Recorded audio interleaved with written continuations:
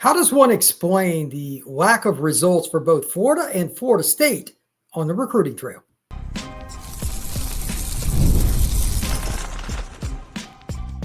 You are Locked On Seminoles, your daily podcast on the Florida State Seminoles.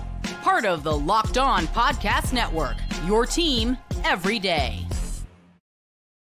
Welcome back into Locked On Seminoles and a crossover with Locked On Gators. I am Brian Smith, your host today. Thank you for making this your first listen each and every day here on the Locked On Podcast Network. I am happy to have you in, and here in just a minute, we're going to be talking with Brandon. But first, we are brought to you by Monarch Money.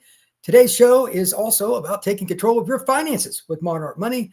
Use code LOCKEDONCollege at monarchmoney.com for 50% off your first year. So we're going to be talking about Florida and Florida State. They haven't done as well inside the state borders. Both of the coaches are a bit of hot seat candidates, you might say. And there are some other questions as well about specific recruits. How do they get out of this hole? And to help me kind of figure that out as we go through a ton of official visitors and all the things that are recruiting as it's getting underway is Brandon Olson over here, Locked On Gators. Brandon, you guys just got your second commitment. And don't get me started. I'm just going to start with, I'll start with this. This is something I say to you all the time when I come on your show.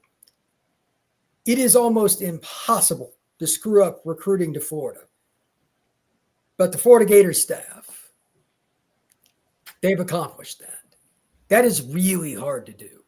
Florida is a top 5 job in college football. Congratulations on having 2 commitments on May 19th. But we'll get into the who, what, when, where, and why, both of our takes. I'm going to ask you some questions. Believe me, I'm going to pile on Florida State heavy. I am not afraid. For all you Gator haters out there, fire away, because Florida State's coming off 2-10. I don't care. I'm just here to kind of expose the truth. So, Brandon, how you doing, man? You doing good? Oh, wonderful. That was such a pleasant intro. How could I not be fantastic after that one? Well, I mean, I'm a realist. I'm not somebody that's here to sugarcoat it, bro. It is amazing to me how badly Florida and Florida State have screwed up their programs in just a really short period of time. In my lifetime, it's the worst either program has screwed it up. And it's at the same time. That's hard.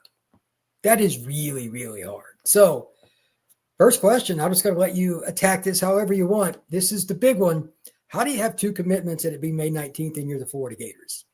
Well, Florida started recruiting the 2026 class with a bunch of kids that were fickle. I don't think that's a bad thing to say. They're fickle. You know, a couple of the kids that have left the class are on their 3rd commit.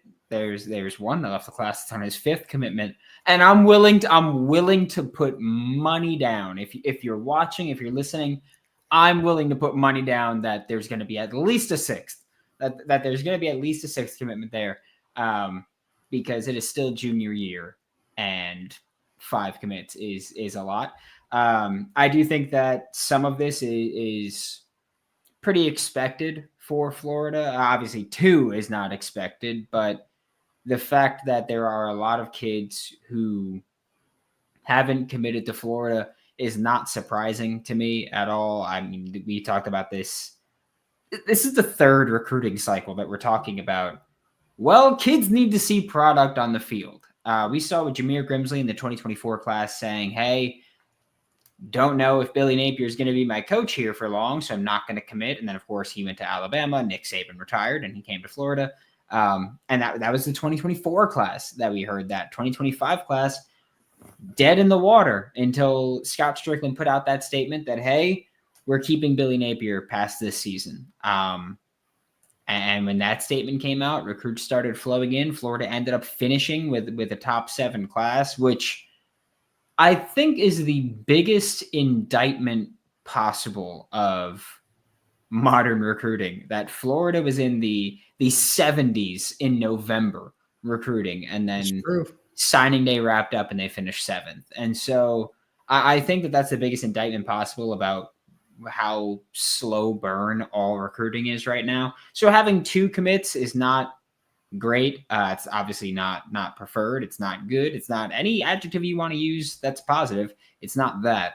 But it's also one of those things where I do think that Florida will eventually clean up. I'm a big fan of the whopping 2 commits they have. I am a big fan of both of them. It's just about adding more quantity here. And I do think that this coaching staff, no matter how many commits they get or don't get, I do think this coaching staff generally brings in quality players. And so right now it's just about filling out the rest of this class and building a base there.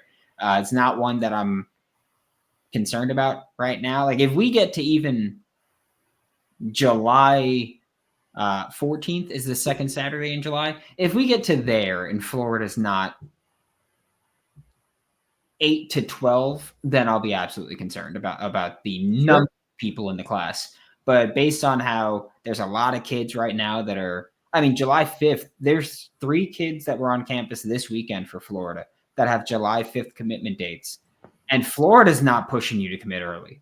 They're not going to do it. So that's another reason why I don't get too concerned about it, because I'm positive that there are, silent commits right now for Florida, but this coaching staff isn't pushing kids. They don't pressure kids like that. So that's why for me, I don't like it. I would push kids, and I'd be more aggressive with some of this recruiting tactics, but this is how Florida operates right now. And I think for a lot of us, as in a lot of Florida Gators fans, we're just kind of accepting that whether or not we agree with it, it's the reality of the situation. Yeah, that's kind of how I feel about with Florida State. They've gotten a much better staff since they shook it up after Norvell canned a few guys that needed to go, et cetera, et cetera. Why did he get rid of a bunch of people? What happened? I think they were 2-10. I think that's what it was. Oh, I thought they were unconquered just the year prior. I didn't think that it was. I thought they were going to make everybody pay for leaving them out of the college football playoff. Yeah, they made everybody pay by watching their games, because I had to do that. But no, it was just something they had to do, and I think he was forced to do it. That's my opinion, because most coaches, they don't like change much. But they probably said, either you do this or we're going to do this. Can we be honest for a second? Yeah, sure. I wouldn't have done it. I would have been like, go ahead, pay me the insane buyout money that you owe me. I'm not going to do it. Go ahead, get rid of me. I dare you. That's maybe there's something else, because they don't want to pay that. And that's a whole nother rabbit hole to go down. But I think they were either going to let him do it or they were going to do it their way, and it might have been uglier. There's another way to put it. So whatever the case, they hired some good coaches. The guys that Tony White and those they brought up from Nebraska, they were good. The Malzahn hire I'm a little iffy about, but they still have 9 commitments. That's better than what I thought it was going to be. They've been there for a little bit. So my question for Florida State, kind of like with you, is it's not necessarily the number. Like, who are they going to get? Are they going to meet all their needs? Like, they got to get better high school offensive line recruiting. They got a lot of guys visiting that fit that, but I still need to see it. And I think it's the same boat with UF.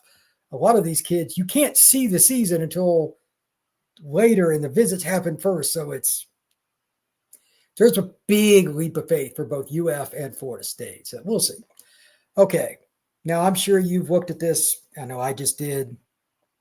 UF's OV list overall, just quick thoughts. Do you like it? Where does it stand? Does it meet needs? However you want to attack that. I personally think UF's visit list is pretty darn good. Yeah, I'm loving it. And I love that there are certain players on the list that you can recognize for Florida as they are here because of one of the assistant coach hires this past cycle. And I think that's huge for Florida. I mean, you and I were talking off air about Jameer Perez, who just recently committed to Florida. And he was someone that David Reese, former Florida Gators linebacker, who is now on the coaching staff, that was his evaluation from his last spot. That was his recruitment, his relationship. And they got Jameer Perez on campus because of him. And look, Gerald Chapman likes his game. Gerald Chapman, from what I've been told, is a big fan of Jameer Perez. But the way that Jameer Perez got identified was because of David Reese. And so you see that. Braylon Womack, who's on campus for May 30th. Vinny Senseri has a great relationship with him. And so I do like seeing that there are quite a few of these players who have now become kind of intertwined with some of these assistants. Russ Callaway, who tight ends coach, now also the offensive coordinator, dropped the co-title firmly or personally. I believe he's going to be the play caller by the time we get to the fall. which thank God for that one, if that's true. But he's Kent and Russ Callaway have a great relationship. They've been constantly in contact. It's fun for me, at least, to see those personal connections. I feel like be more publicized than they've ever been. And Florida, look, they know how to evaluate. Well, you could say what you want about the on-field coaching and anything like that, but these guys know how to evaluate, and they've got a lot of players on this visit list that, honestly, a lot of them are going to become Florida Gators. I'm not too concerned about that. It's just a matter of when for a good deal of them instead of if. Yeah, I can take that. I can get that. For Florida State, they've got a good visit list. I still don't know if they have enough high-end guys that they've got a great shot at. But again, it's like, you were just joking about it. They're 2-10. So they got they've done a better job than I thought they would get this OB list. So I'm at least mediocre on it. It's a pretty good list. It's a starting list, but I thought it was going to be worse than this. So I really can't complain all that much. It's kind of is what it is. We come back. We have some. Yeah, that's what I mean. Like we have some more key questions to ask. I'm going to put Brandon on the hot seat. Best bets for UF commitments. Because when they don't get them, everybody gets to make fun of Brandon. It's a fun thing I like to do. But that's right next after this on this crossover, Locked On Gators and Locked On Seminoles. Ever check your bank account and wonder, where did all my money go? Between dining out, online shopping, and entertainment, it's easy to lose track. That's where Monarch Money comes in, your personal CFO, giving you full visibility and taking control over your finances. Monarch Money isn't just a budgeting app. It's a complete financial command center.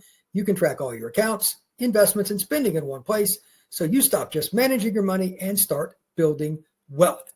It's easy to collaborate with your partner as well. Instead of keeping all your capital in different places, you can track your personal accounts, set goals, and more under Monarch Money without all the stress. Take control of your finances with Monarch Money. Use code LOCKEDONCollege at monarchmoney.com for 50% off your first year. That's monarchmoney.com, code LOCKEDONCollege for half off your first year. All right, back here on this crossover edition of Locked On Seminoles and Locked On Gators. Brandon Olson, your best bet or bets, however you want to attack it, for UF commitments based on the list that you have. And it's free and available for everybody. You want to check 24/7 or wherever. Who you got, man? Who's the most likely for the Gators? I think that Kent is one of those that we're going to talk about. Good player. Yeah, I think that Russ Callaway has been pushing hard, and I think that Florida is going to I do think that it might not be a commitment that we get to Florida until maybe the season comes around, just to, proof of concept that I think Florida needs to show with a lot of players at this point. There's going to be guys who say, hey, I don't want to play in this kind of offense. I don't want to play in that kind of offense. And I think that Florida, I've said before, again, I'm operating under the assumption that I'm going to put my faith in, which is a crazy thing to say. I'm going to put my faith in Billy Napier here to give up play calling duties to Russ Callaway. That's why I'm going to say I'm putting my faith in him to take a step back there. Okay. And if he gives that up, then I think that Florida becomes a lot more enticing if you're an offensive player. So I think that Kent's one. Vadi Cleveland, Valdon Sone on the defensive line, I think is someone that they're really pushing for. They got Virginia. Yeah, D1. Yeah, yep. I think he's going to be. I feel like Florida has done a fantastic job of building a little bit of a pipeline just internationally. They've gone with PPI recruits a lot, and Valdon Sone originally from Sweden moved over to play football and prioritize it. And so I think that that's going to be part of that recruitment. I don't know if Carson Baker is going to commit to Florida, but from what I've been told, they felt really good about the way that the visit went this past weekend. And I feel like if you're a running back, Florida's a really easy sell. They run it a lot. Yeah, man. They run it a lot. The young guys get the rock a lot. And you look at after this year, Jacoby Jackson going to be going to the NFL. You look at after this year, you're probably going to lose at least one back to the portal. You brought in 3 this cycle, 2 last cycle. You've still got Trayon Webb over there. And he'd be eligible to leave as a grad transfer at any point if he wants to. So that's not going to be a big problem for him. So I'm looking at one's probably going to hit the portal. I think Florida should look for 2 backs in this class because of that attrition incoming. and Jaden Ball will be entering his draft eligibility after this season. He'll have one more year, and then he's draft eligible. So I do think that running back's an easy sell, and Carson Baker, damn good back. I mean, I was talking about this on Monday's show of Locked On Gators of Carson Baker is a running back that runs the same 100-meter time as Aiden Mizell. And I think that for he's fast, man. I think for Florida fans that we love that speed at receiver, having that speed in the running back room is pretty damn good as well there. I don't know about Calvin Russell being a commit, but I know they feel pretty good about how that went. Javari Lucas is going to be another commit or another recruit on that May 30th weekend that I think Florida feels pretty good about. I think that we're going to do this thing that we do all the time with Billy Napier and the Florida Gators is you're going to have a lot of these big Vista weekends, and they're kind of quiet-ish. And then we'll have that week where during the season or late in the cycle, we'll go back and we'll say, hey, you look at this May visit weekend, and most of them committed. And I think that we're going to see that happen with the May 16th and May 30th weeks. Well, for Florida State, they've got a pretty good list. They got a lot of kids from Georgia and Florida, but I just I'm very skeptical they're going to be able to get. They got Samuel Roseborough from Clearwater High School. Love him, big time offensive lineman. Are they going to get these kids to commit? Which guys are they going to get? I keep hearing things about different guys, but do I believe them? I don't know. They've got a ton of guys. I'm looking at the list right now. I could see several. Aaron Thomas might be the most likely. He's got ties to Florida State. Ironically, he's from Arizona. But I'm a little concerned if they don't get a few commitments by early June from the May 30th weekend. It's a nice weekend. They got, a bunch of guys coming in. And they got guys from California, like Madden Williams, one of the better receivers in the country coming in. That's great. And they need receivers very badly in this class. But I need to see it. And I'm kind of guessing you feel the same about UF. It's one thing to have them come in. Again, it's not hard to sell Florida. It's not hard to sell Florida State. It's, got a lot of tradition. But we'll see what happens there. What's the biggest position need? If you could only pick one for Florida, it would be offensive line. Same with Florida State. Okay. The thing that I've been bitching about for 3 years on Locked On Gators, I'm still bitching about it because they haven't changed that. And so I'm still going to keep saying offensive, which I will say I'm not a big, at least you got a hat on the table kind of guy. But Florida is genuinely in it for more of the top name offensive linemen than they've been in. I mean, getting Felix Ojo on campus at all. He's a dude, man. He'd be a plug-and-play starter for Florida, 100%. I was talking about that on I forgot, I think it was last week on Locked On Gators when I was talking about the visit weekend coming up. I was like, the fact that I'm even budging on because you and I feel very similar about, hey, true freshman offensive lineman, not a fan of it. But the fact that I'm even willing to budge on that was how I described to my my listeners of how bought in I am on Felix Ojo. The fact that I'm just like, hey, I'm open to the conversation of him coming in and playing right away.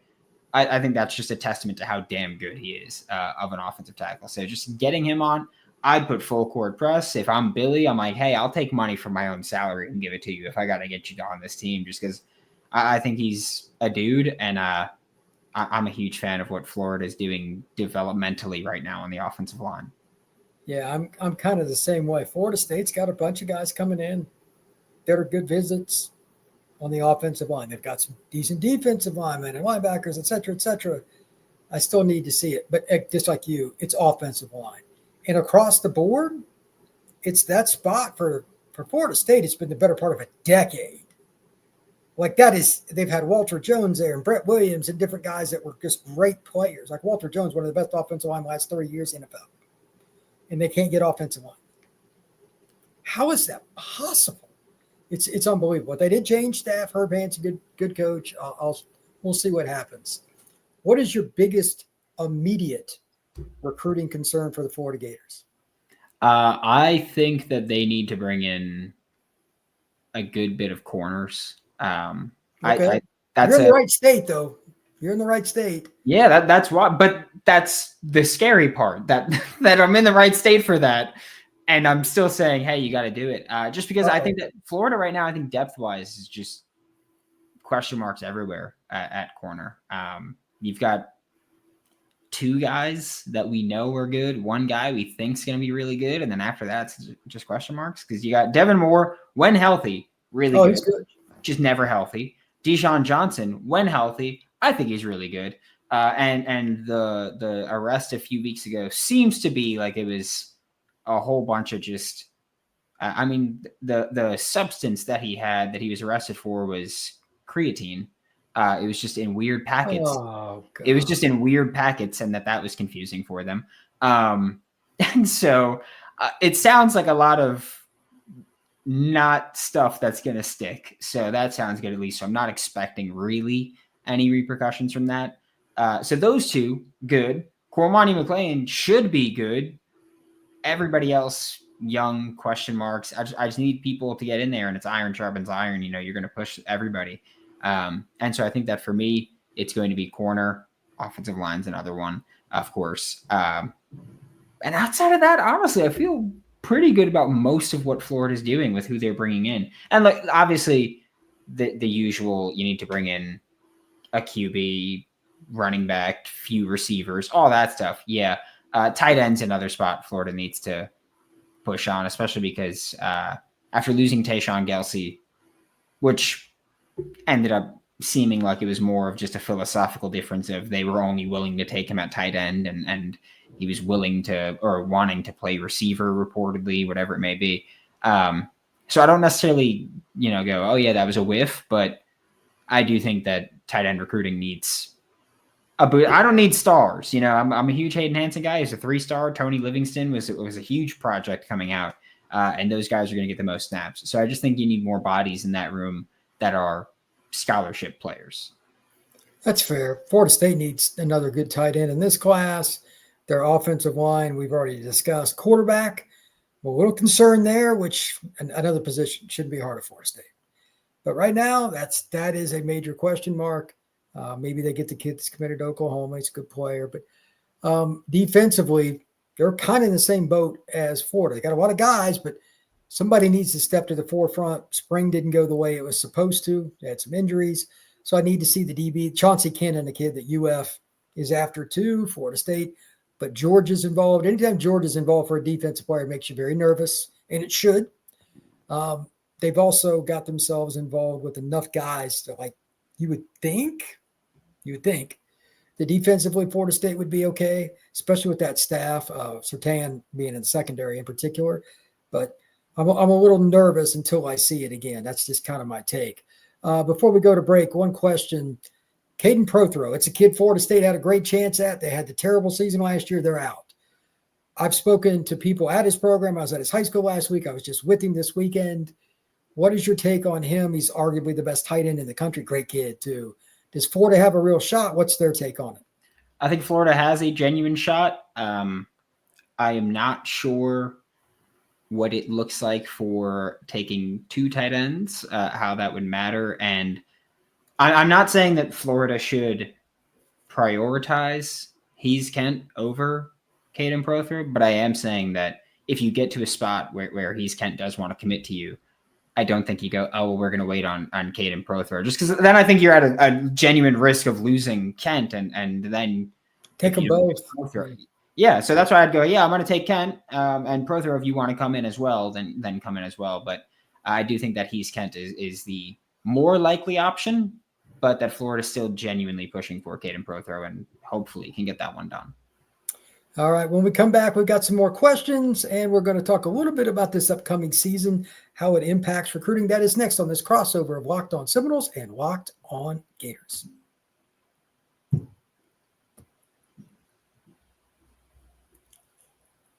All right, Brandon. We've talked a little bit about Felix Ojo and Caden Prothro and some of the key guys. Let's talk a little bit about some of the players that you think that Florida is going to lose after this year, and then just kind of break into the season itself. Who is UF going to lose? Because like Darion Williams is a kid that Florida's trying to get for a visit. A kid like that's very versatile, can play on either side of the ball. I just used him as an example in those notes that I sent you. They've got a great wide receiver room, in my opinion, talent-wise. DB room's got a lot of talent. where are they prioritizing, or are they recruiting a lot of guys as athletes? Like how do you do that? I think they're just bringing in a bunch of guys and going, all right, we'll figure out the rest later. They've done a good job of long-term recruiting for a lot of players. You know, they've brought in, I feel like at every position, basically, they bring in a ton of guys where even if it's like, hey, he's not the top player, we can develop him. I think that that's one thing that we'll see a lot of this year as well is Florida, for the entire time Billy Napier's been here, has gone, we're going to recruit you based on your traits and we'll develop the rest. And so I feel like that's kind of how they're going on. They're not huge on, we need this position because we got these guys leaving. They're just going to go get great players. And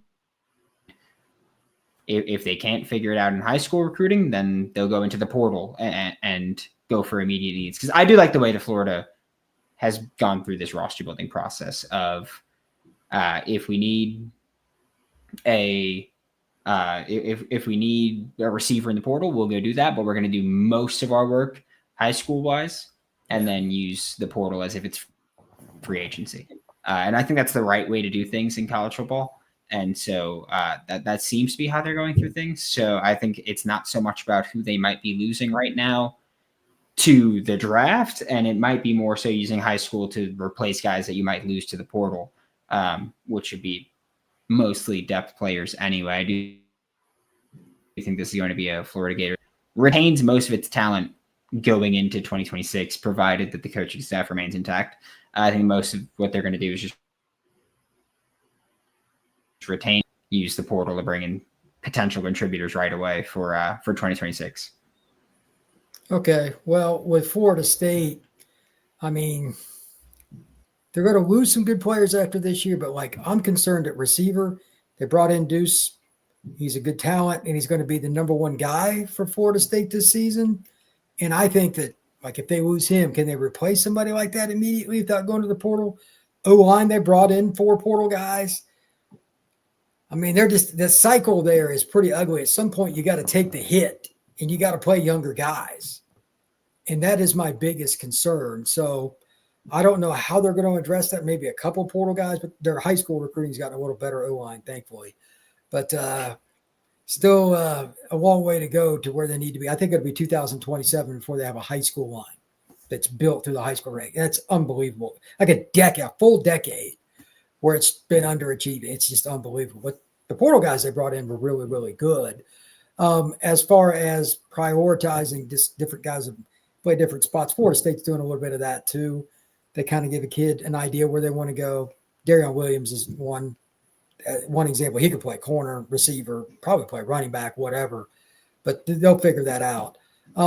My last question specifically for recruiting, we'll just jump into the season. Do you think the Gators are recruiting enough inside the state of Florida? Yes, I think so. I think that some of it might be a little tough to realistically accomplish. I mean, we both know the effects that Miami can have on some players at this point in the process. We'll see what happens during the season because hopefully they. I was gonna say hopefully they have a Florida State like fall off, but two wins is a bit egregious. I think they can get more than that, but hopefully they have a bit of a disappointing season there. One, because I hate them. Two, because it would make things easier for Florida. But I do think that Florida is recruiting a lot in the state. I do think that they've prioritized it more for 2026 than they even did with 2025 and 2024. I think that they're trying to get back to the whole win the state, only leave the state for some either top guys or bottom of the class guys. Like again, Jameer Perez is an Ohio player. Ideally, he's going to be your bottom of the class unless he's a big riser. Felix Ojo, out of state. And like you had Luke Waffle was on campus. He's an out-of-state guy that I think's really freaking good at playing football. But I do think that Florida, especially right now, as they're going for a lot of DBs and a lot of receivers, that's naturally going to be a lot of Florida kids just because we know how the state produces players at those positions. And then you've got, a Malik Morris from Lakeland is someone that Florida is still very much pursuing. Isaiah Williams was in the class. So I do think Florida's done a much better job this year so far of recruiting in the state than they were doing in 2025 and 2024. Hopefully it leads to some more success actually landing the kids this time and maybe sticking in the class. That'd be fun for the 2026 class to land a kid and have them actually stick. I think Florida State's also doing a pretty good job of recruiting in state. They just got to win the battles now.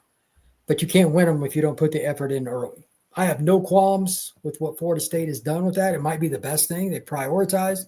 Got Chauncey Kennan, among others. He might be a 5-star corner out of Booker High School in Sarasota. That's not a really big problem. My bigger thing in state, can they really pluck a few of the top guys from South Florida? That's a big question. Syracuse has caused problems. You got Miami, obviously. Other schools like Ohio State, Notre Dame are the flies in the ointment as well. We'll see, but I think they've done a good job. Last question for you. How much do you think the season, let's just say the month of September, if Florida lays an egg at Miami or something like that, do you just think it's over with? Or because I think Florida State, if they lay an egg against Alabama at home, it could be a death march. If you could be 31-10 at home, and I don't really think they want to fire him, by the way. I'm just going to go ahead and say that because of the contract. My job could be even harder than last year, which is hard to fathom. But I'll give you first shot at that. What do you got? I think that if you get blown out by either LSU or Miami, it's tough. Luckily, this is the first time in a long time where Florida has a genuinely easy game to open the season because, it's been Miami and Utah the years prior. And so they've had some rough starts to the year. But this time you got Long Island and then you got USF and you go to LSU, which is probably going to be a night game because that's always how LSU does it against Florida, is that for some reason it's always a night game in Baton Rouge. And then you got the Miami game. I think that if you get blown out in either of those games, it's really hard to sell anything, especially Miami, just because that's in-state and you got blown out last time, so you can't get blown out twice by them. But I think, even if you go 1-1 in those games, if it's sure win and close loss, then it's different for recruiting. I mean, we saw this team come back from the brink of death last year and finish with the top 20 class. They won their last 4, didn't they? Wasn't it 4? They started, they won their last 4. I mean, okay. 5, if you count the bowl game, but I don't know if you should. But so they ended on a great finish to the season. But yeah, I don't know if you can bank on that happening again. Their schedule is not what I would call friendly. Yeah. Oklahoma or Florida, flip a coin on which one's harder, but they're both just murderers row. For Florida State, I hate that it's this way because when you schedule games like this, I love it. I give Florida State's administration all the credit. You don't have to schedule Nick Saban. And they did. Mm-hmm. But at the same time, it's here. And if they'd have known, there was zero chance they'd scheduled that game. Let's just call it. We're not going to see those anymore. Florida already announced, they got LIU this year, next year, and over the next 2 years, they've got Florida Atlantic and then South Alabama. They're done with the. Yeah. Let's start with a marquee matchup. They're over that, and most teams I think are now. Yeah, it's unfortunate, but anyway, if Florida State doesn't come out guns blazing and at least competitive with Bama, and who knows, I think the ship will sink fast. But if they're competitive or somehow win that game, I think they've got more of a catapult than UF does because they were so down last year. It would just be such a morale booster. It'd be hard to even fathom. The only team they beat last year that was FBS was Cal, and they should have lost that game. That's hard to imagine, but it's still true. Well, that's going to wrap it up. Brandon, tell everybody where they can find your work. Yeah, Locked On Gators every single day. We're here covering the Florida Gators. So if you want to see a team that can actually reach bowl eligibility in a much, much more difficult and much more prestigious conference with a much more difficult schedule and a much better roster, you can check out Locked On Gators. All right, man, I get it. You don't like Florida State very much. That's been very clear. You can find Locked On Seminoles wherever you get your podcasts, like on Spotify, on Apple, Sports Spider, and Lord only knows how many other platforms, and on YouTube. We will see you again soon. This has been Locked On Gators and Locked On Seminoles.